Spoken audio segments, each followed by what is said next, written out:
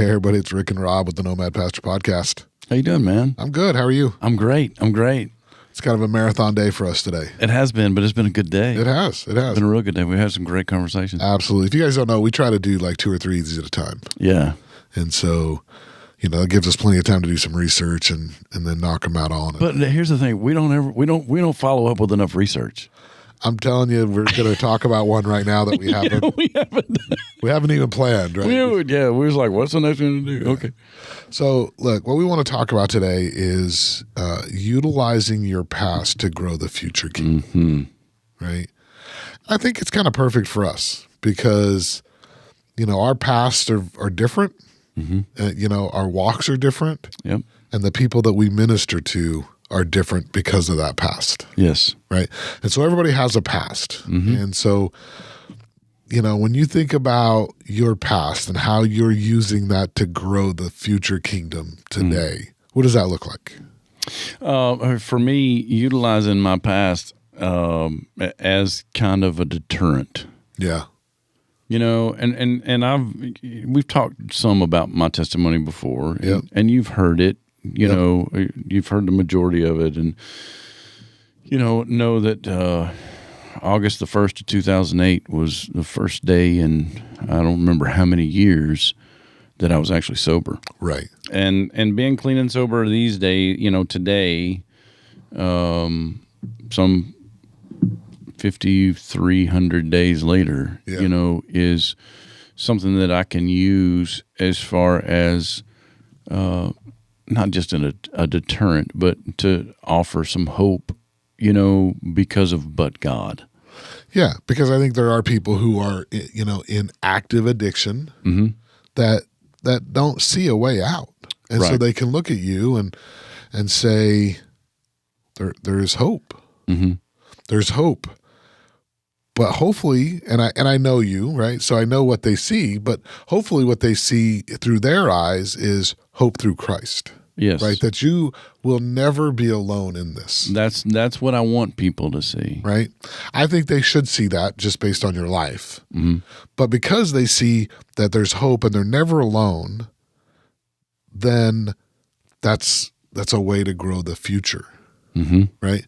Because people recognize that, right? That whole 12-step program is a higher power. Yeah. Right? Yeah. And it's God, even though people may not want to admit it. I don't want to admit. And I have, I was in a recovery meeting one time and we're talking about higher power. That was the topic of conversation. Yeah. And somebody goes, well, what if my higher power is not really like a spirit being? Yeah. And the facilitator of the meeting, and I'm not giving up any anonymity or confidentiality here. But the leader of the meeting goes, look, I don't care if you think your higher power is a toaster, you're wrong. Yeah, yeah, you're wrong, because your toaster is not going to be able to give you any hope. That's absolutely true. Your toaster is not going to be able to give you any strength. Yeah, your toaster is not going to be able to give you a clear vision of the day. Absolutely. What's funny is there's a TV show. It's not on anymore, but it was on for like 8 or 10 years called Mom. Yeah. Right. And it's all about recovery and addicts. Yeah, yeah. And, right. And there's one point that the mom says, I don't care who your higher power is. Mine's Oprah. What? Oh, right? My goodness. Mine's Oprah. Mine's Oprah. But there has to be something there, right? It is not. Yeah. It's not a human. No. Right. There is a reason for it. And, the walk that you have had gives people hope in that. Sure. And here's a cool thing about it. All of the people that prayed for me through that time. Yeah. All the people that prayed for me during that time had obviously had a direction from the Holy Spirit to do it. Right. But at the same time had enough faithfulness to continue in that, so that they pressed forward in their prayer lives to get to a point to where I would realize that my higher power is not the drink or the drug. That's right. That my higher power that can bring me that hope, that can bring me that encouragement, that can bring me that strength, has to rely back on God. Yeah. And I had forgotten that over all those years. So but it's easy to. It is. So when you talk about utilizing your past to grow the future kingdom, grow the kingdom, right? It's not just about my testimony that I can,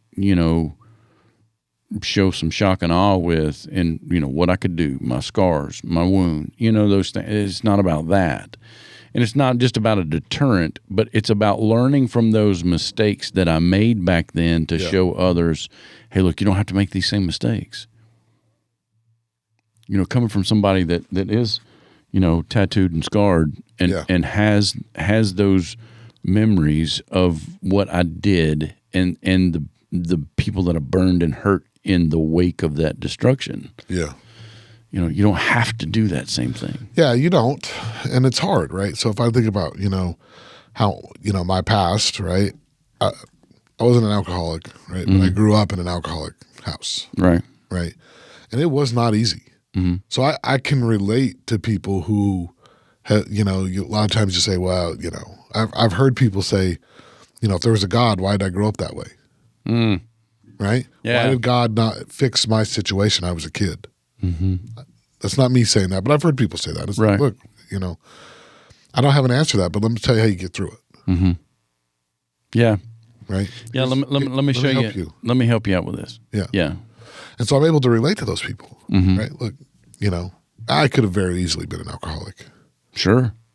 But I just refused to be who my father was. Mm-hmm. Praise God. I was still an angry dude. Let's be honest. Well, Look, I wasn't a great person. I'm going to openly say that I was not a good person. I don't even want to say I wasn't a great person. I was not a good person. Mm-hmm. Right.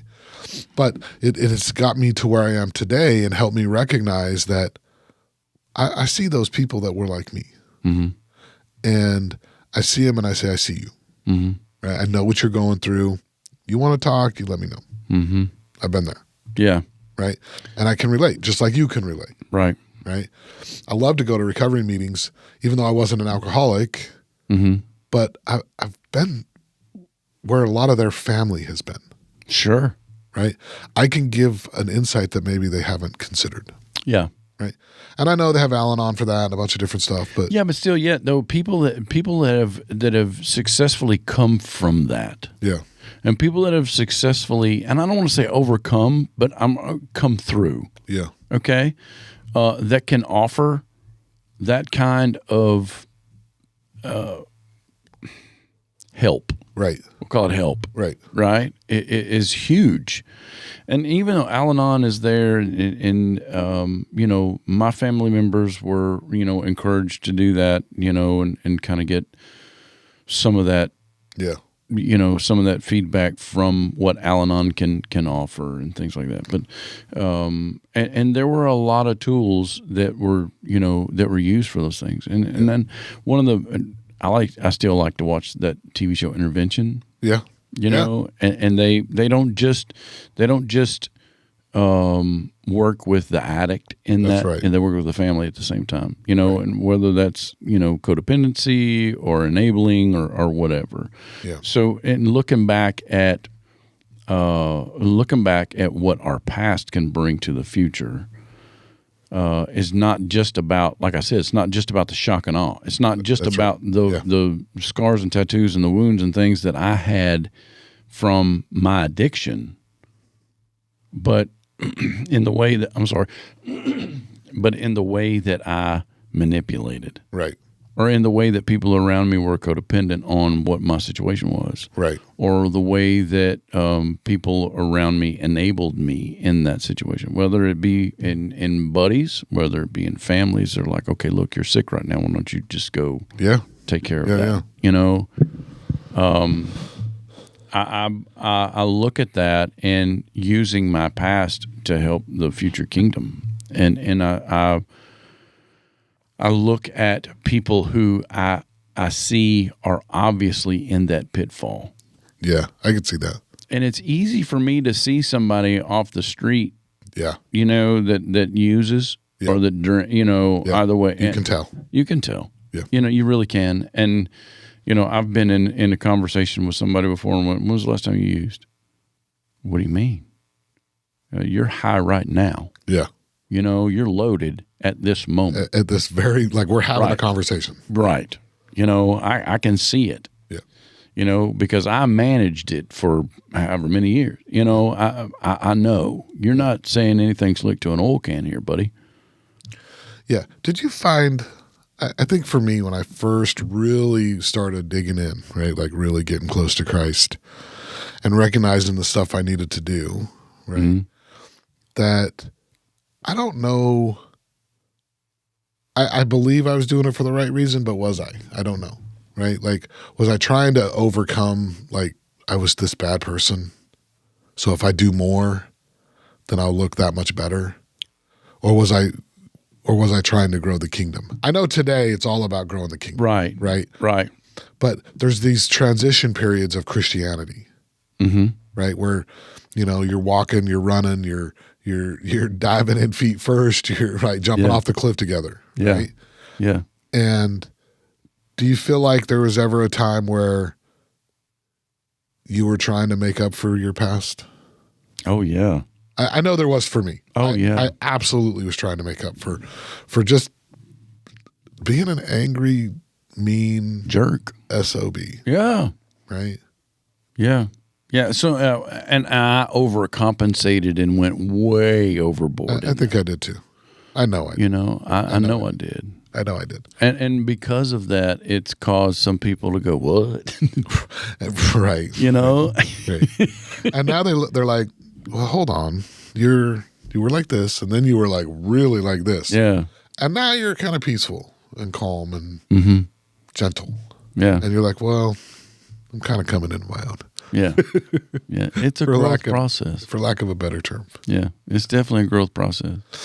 So what would we tell people about taking where you came from to grow the kingdom? Like how would somebody recognize that or be encouraged with that?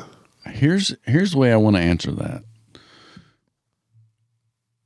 When let me frame this a little bit. Yeah. Okay. Take your time. So both of us have been told multiple times, have a short version, just kind of a, devil bad, God good testimony ready. Yep. Right. So that, you can do a 2-minute, 3-minute, 4-minute little excerpt on your life, and then take 5-10 minutes to talk about, the goodness of God, the goodness of Christ. Right. And living that out. So I don't ever want to get tied up in what I did and came through as much as I want to get tied up in because I got tied up in because I went through these things. Right. God saw me through in the salvation of Jesus and his gospel to bring me to a point to where my excitement exudes anything that I faced back then. Yeah, I agree with that. And I think where I tell people to start is recognizing, like in Ephesians, right, it says you're predestined, right? That he knew you before the creation. Yep. Right? In your mother's womb, yeah. And I think accepting that is the first step. It was the first step for me, right? Accepting that it didn't matter how bad I was. Right. Right? God knew. He knew. And he chose me. And he loved me. Anyway. No matter, just anyway. Yeah. Right. Yeah. No matter who I was. Right. And so I would tell anybody, right, when you're thinking about and you're walking this out, how do I move forward? How do I help grow the kingdom? Because, right, no plan B. Right? None. Go make disciples of all nations. Yep. Right? Every single person. Every single person. And the way you do that successfully ties directly to your past. Right? And directly to your walk with Christ. Yes. Right? So it has to start with the recognition that you were loved and you were chosen without any stipulation. Without any, there's no condition on it. No condition. Yeah. And when you accept that, the other stuff becomes easier. Now, it's not easy. Right. But it becomes easier. But here's another cool thing about that, right? You can't level up. No, there's no, I mean, it's the same all the way through. It doesn't matter if you do, I helped 7 old ladies across the street at Walmart today. No, it doesn't matter. Doesn't matter. It doesn't matter. You can't level up in God's love. No. It's always going to be the same. That's right. And it's the same for you as it is for me. That's right. Now, the things that we did BC, that's right, before Christ, that's right, may not have been the same, but the bottom line is it was all sin. Absolutely. Every bit of it. It was 100%. Absolutely. It wasn't good, right? So there's no difference in what I did as far as addiction goes or anything else that I did. Yeah. And there's a lot. That's right. As opposed to what you did. That's right. Or as opposed to what Joey Bag of Donuts over here did. That's right. That's right. So it's all sin before Christ. Right. And so then what I would say, when you've recognized that you're chosen, predestined, loved, regardless of everything, right? Then figure out what you're passionate about. What do you really love? Jesus. Right? Absolutely, Jesus. Right. But then secondary to that is like, we love motorcycles. And tacos. And tacos. Right? Tacos big. But there's, the first time I rode a bike, I was like probably 8 or 10. Yeah. Right? A motorcycle. Dirt bike, 3-wheelers, name it. If it had a motor, I was riding it. A funny story about that. I skipped first grade, skipped school in first grade so that I could come home because I knew my dad was going to be home for lunch to give me a ride on his motorcycle in the first grade. Perfect. Yeah. That's the way it should be. Yeah. See, Mom, I should have done that. But because of that, I have a comfort level right in the motorcycle community. Yeah. Right? Right.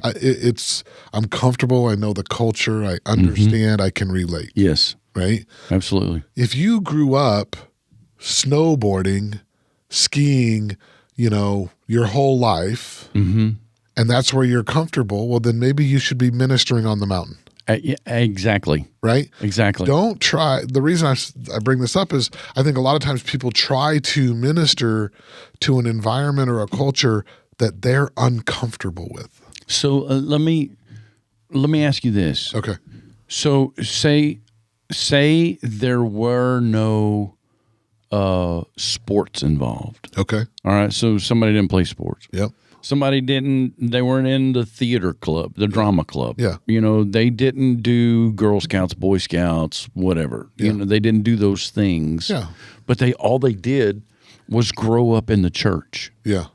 Where is the ministry passion in that, so that their past can help the future kingdom? Well, for me, I would say that, and I'm probably wrong. Right? I'm not saying you are. Yeah, I'm just saying for me, if you grew up in the church, right, then within the church there should have been outreach. Yeah. Right? You should recognize what it means to serve people. Sure. Right? Absolutely. If you're going to a biblically based church, there's got to be outreach. That church is going to be doing outreach, and they're going to be teaching people as they come up through the church, children to young adults to youth, or children to youth to young adults, whatever the order is, right? Yeah. To go and just serve. Serve. Right? So if you grew up in the church, you should already have a basis for serving. Yeah, exactly. Right? And it probably shouldn't matter what it is, because you did it to a whole bunch of different types of people. Yeah. Little blue-haired ladies as well as... Shouldn't matter because you've been doing it, right? Right. I didn't grow up in the church. Yeah. Right? So I didn't know what Christian servanthood was. Yeah. Right? Now I served, but I just was trying to be a good person. Yeah. Right? Yeah. Well, I mean, I didn't do it very much, but yeah, but I helped people when I could. But you didn't have an understanding of Christian community in action. No, not at all. Right. Not in any stretch of the imagination. And so, was that something that for you was hard to grasp? I think it was because, we've talked about it before. I grew up in Utah, right? And the Mormon church was very much that we'll help you if you're Mormon. Mm-hmm. But if you're not Mormon, piss off. Yeah, we're not doing anything for you. Right? And that was confusing to me. Mm-hmm. Like, people need help. You should help them. Right. Right? There's homeless on the street, and you're saying ignore them. So I had an issue with that. Well, I mean, clearly I'm not Mormon, right? Yeah, well, I know you're not. I know that. But, so I grew up, I didn't have this concept of a church body, right? Because it's not the building, but a church body that didn't serve their community, right? Right. And I think we talked about, in another episode about when is it okay to leave a church, right? Mm-hmm. And if your church body isn't serving the community, right, there's a huge problem. A big problem, yeah. Right? Yeah, it's massive. And so to me, that's if you grew up in the church, you should be willing to serve anybody. Mm-hmm. Right? Now you may not be comfortable going to a clubhouse, right? Like an MC. Sure. Right? Because, a lot of people see them and they're like, whoa, that's some bad people. Yeah. They're not. They're not what you think they are. Yeah. Right? Sons of Anarchy has completely tainted with all that, yeah. It's not that. Yeah, right? And Marlon Brando. Yeah, it's not that, and I think people don't recognize that in every type of organization there are bad people. There are. Right? Clubs are no different. No. Right? In every organization there are people who do legal and illegal things. Mm-hmm. Right? Clubs are no different. Mm-hmm. But in every organization there are great people who do great things for the community. And clubs are no different. Clubs are number 1, 2, or 3 on the list. They do more for their community and children and veterans than any church I have ever seen. Yeah. Well, we just did a toy run, 1,500 bikes, right? Right. And we also just did a donation collection. That's right. We did like 60% going to St. Jude, 20% going to Ronald McDonald House. No, 60% going to veterans. Yep, 20% going to St. Jude, 20% going to Ronald McDonald. That's right.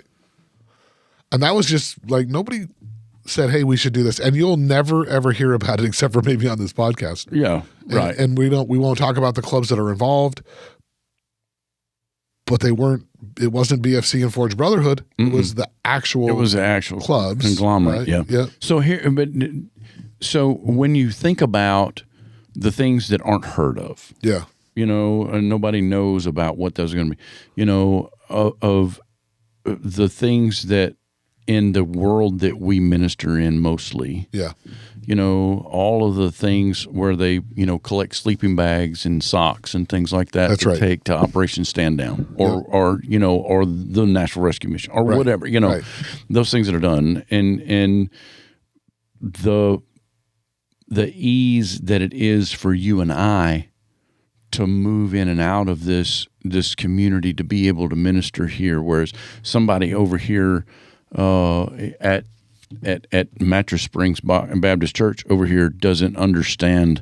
Yeah, these guys are typically the flotsam and jetsam of society as they're viewed. That's not necessarily the truth of what they are, right? But the motorcycle community is viewed that way. So,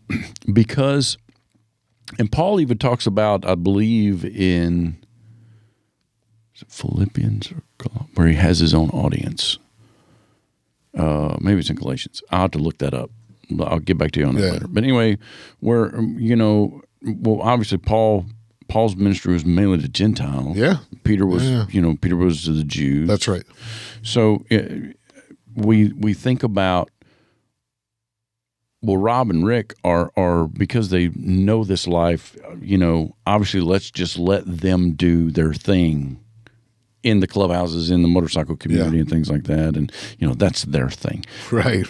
We'll do our we'll do our little food pantry over here and concentrate mainly on members of our church. Right. Or we'll do our little benevolence closet over here and concentrate only on these 2 streets in this community.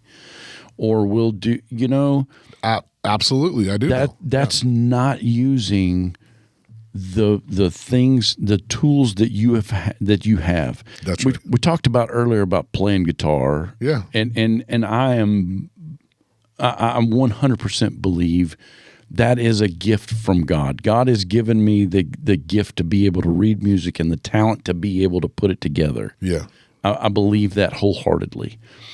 But in using the gifts and talents that God has given me, whether it be to be able to play guitar or talk about or know the motorcycle culture and the protocols and the different language and things like that goes into that, that doesn't mean that when I'm at church on Sunday morning that I'm not being involved in other outreaches, whether it be a dental clinic that comes once a quarter to my church, or whether it's, praying for another congregation in the Nets network. Absolutely. That's absolutely. So my past that I bring to help the kingdom future doesn't negate me from doing other things, whether it be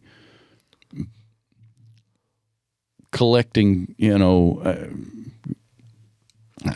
know exactly what you're saying, because I'm kind of living through that right this minute, right? Like, yeah, you saw all the boxes in my garage. I saw them, right? At work they said we need to get rid of all this, right? We don't have room for it. We got other stuff coming in. We're just gonna throw it away. Yeah, I said, don't do that. It's hand sanitizer. Yeah, alcohol-free hand sanitizer. Yeah, I'll take about 5 boxes. You take as many as you want. I might take 10.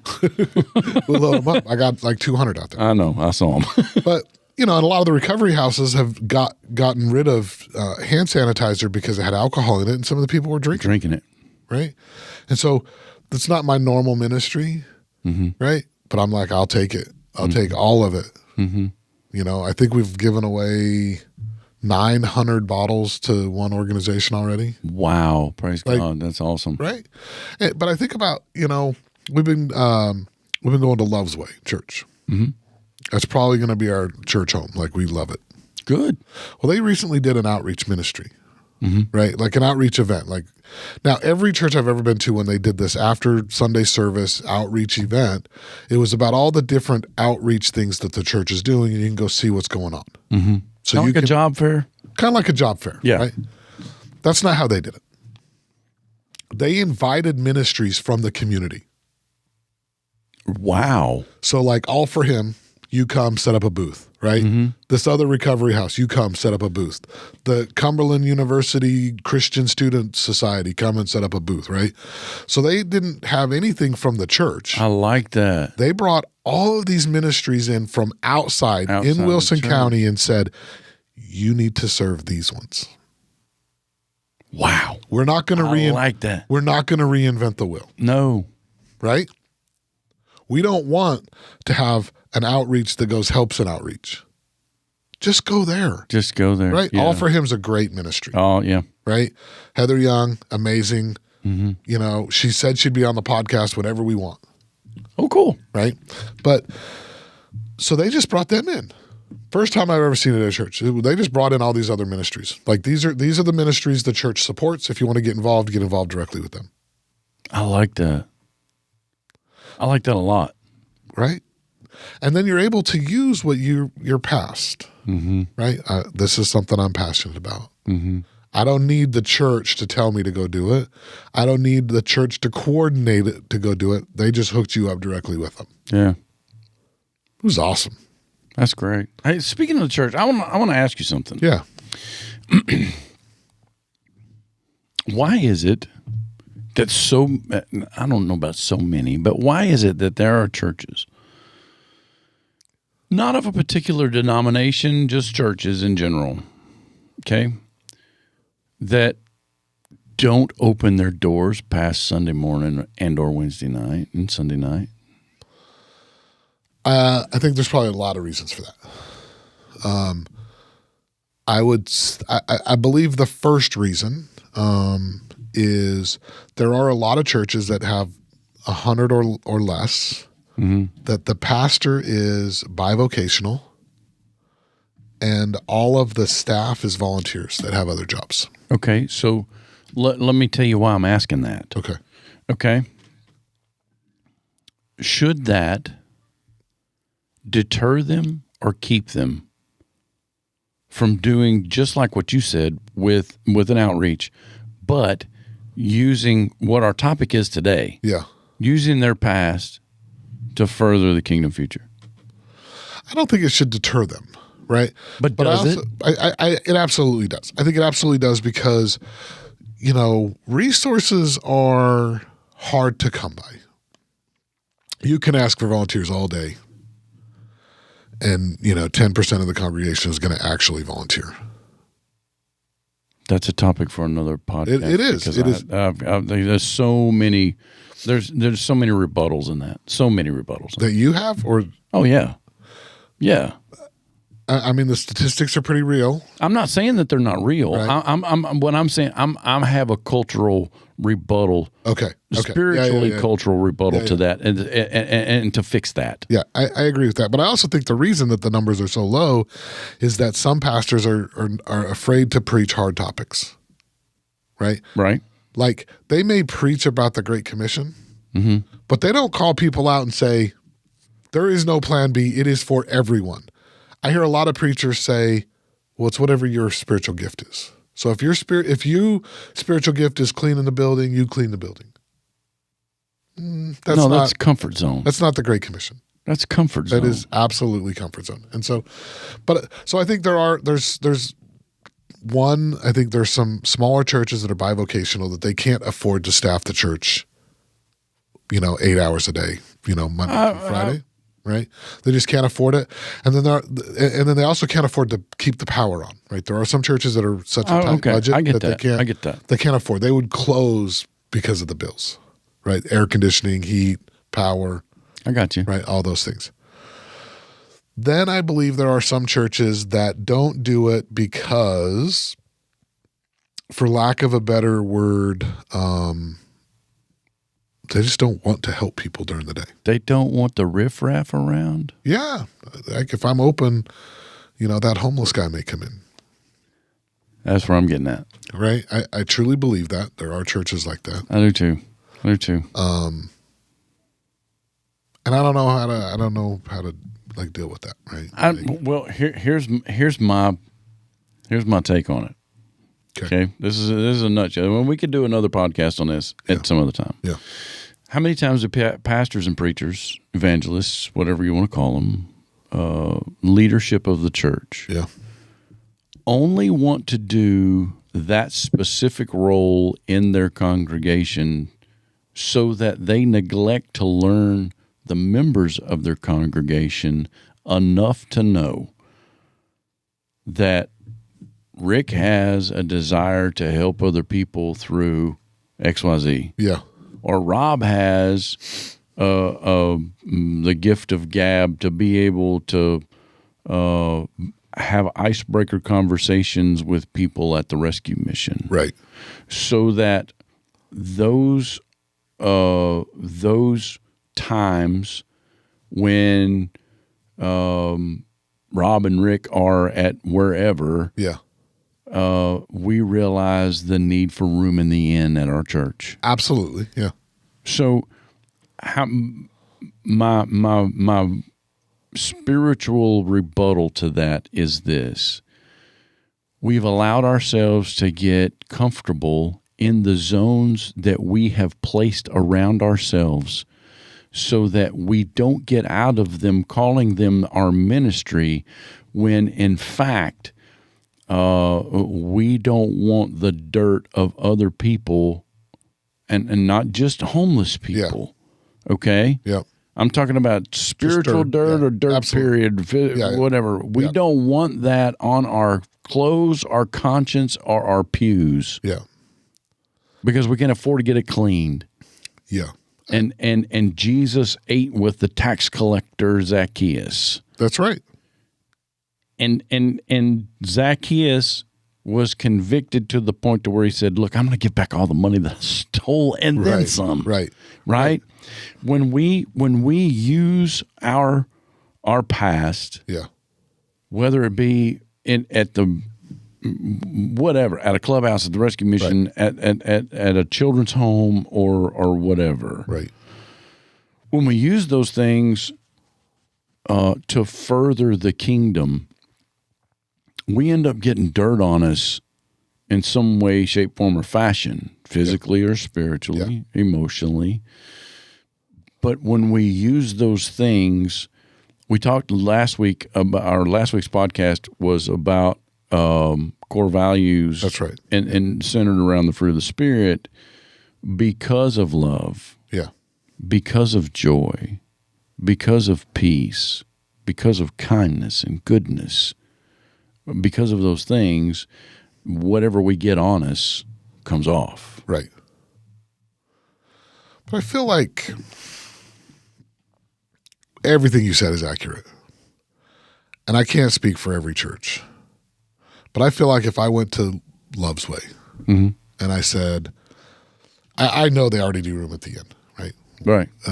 We went to they have a men's meeting once a month called Men of Valor, and there's 30. I love Men of Valor. That's what they call it. It's not Men of Valor. Okay, it's not the Men of Valor. I love the Men of Valor too. Right. Yeah. It's a great ministry, but they call their little men's get together Men of Valor. Okay. Like a worship thing and stuff. Yeah. But so we had went to that, and one of the guys stood up and said, look, we need Thursday nights this night. We need people to stay. We need this and this. Like, I know they do room at the end. They invite people in. I believe that if I went to the pastor or the leadership at Love's Way and said, I have this ministry that I want to do and I need to use the building, they would say yes. And I feel like even when I was at New Heart, if I went to New Heart and said, I have this ministry and I need to use the building at these times, they would have said yes. Right? Yeah. They would have said, here's your key, here's the right code. Like, they would have said yes. And I think a lot of churches would say yes. I think. But it takes somebody to say, I will lead this.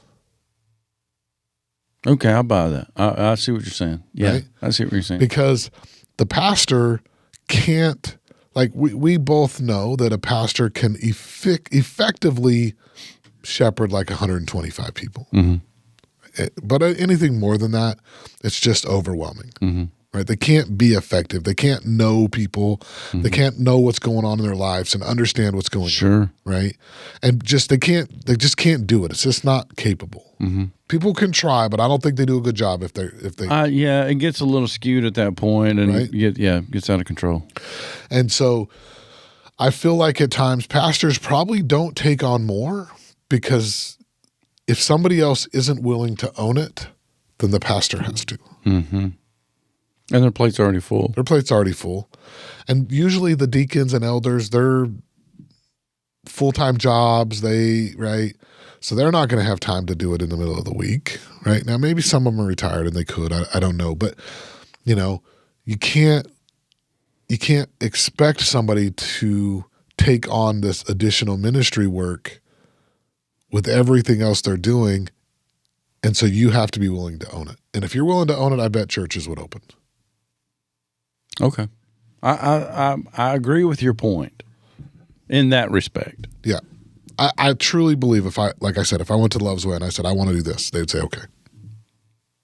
Okay. I see what you're saying with that, and I respect what you're saying. Where I have difficulty with that are these, congregations where the preacher comes in and unlocks the door an hour before church service starts on Sunday morning. Yeah. And then 15 minutes later, everybody shoot out to turn the lights off and lock the door, and you don't see anybody again until Wednesday night. Yeah. And it's not about it's not just about size of the congregants, the congregation. It's not just about, it's about the unwillingness. Yeah. You know, and I'm sure you've seen churches like that. Absolutely. You know, I've seen that. Like I've been to churches where we're in the lobby talking, and they were like, "Hey, it's time to go. We're trying to get out of here for lunch." Yeah, yeah. The Mexican buffet's waiting. Yeah, which the one they're talking about is really good. Generally, it is. Yeah, yeah. So I think we've covered a lot of topics, right? We talk about our past and how that goes into the future and things. And so I think what I would try to kind of land it with is telling people, like, you got to be comfortable ministering to the people that you're ministering to. Yeah. But don't let that prevent you from getting out of that getting out of the comfort zone, right? Paul teaches us you're going to be uncomfortable. Yep. Christ teaches us you're going to be uncomfortable, right? And what somebody sees in you may be exactly what they need. Right? Here's the thing about getting out of your comfort zone, and this is awesome. It's awesome for me. When I get out of my comfort zone in a ministry opportunity or a ministry level, yeah, and I see, what I'm supposed to be seeing in that opportunity. Yeah. The fruit of that manifesting through somebody either, you know, deciding to make a change in their life or something like that. The thrill of being outside of my comfort zone is just exhilarated. It really is. It really is. So that's when you talk about doggone to turn the light on my phone. When you talk about getting out of your comfort zone, that's the important part of it, is realizing that Christ is going to call you out of that through the Word. Yeah, and getting out of that comfort zone is going to be exhilarating. And when you're out of that comfort zone, a lot of times your barriers are less, right? Because you're so uncomfortable that you don't have that wall. Right. It might be a 3-foot wall instead of a 10-foot wall. You have a little wall, right? But because you're out of it, then you may just be exactly what somebody needs to see, right? So recognize that while you're using your past to grow the future kingdom, that future may be something that you have no idea what it is. None. Right? Yep. You may not ever be able to relate with them. May not. Right? I think my wife's a perfect example, right? She's had a good childhood growing up, right? Loving family, loving home. But man, she can relate to people. Yeah, she can. I mean, she gets out of her comfort zone. Yeah, Linda's good at that. She is. She's taught me a lot. Let me just be honest, right? You know, but you hear people say a lot, behind every man is a great woman. Yeah. That ain't more true. I ain't even a good man. I ain't even a good man.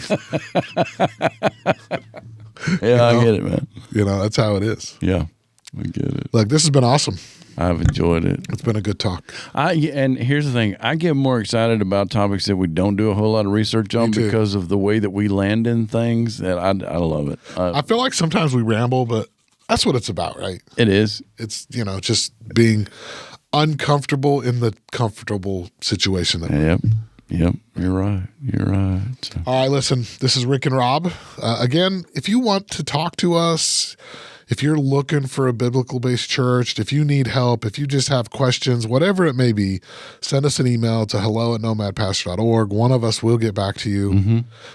We'll help you find a church. Yeah. Right? We'll help you find some place to go. Yeah. And just remember, as we go through these things, always love God. And love people.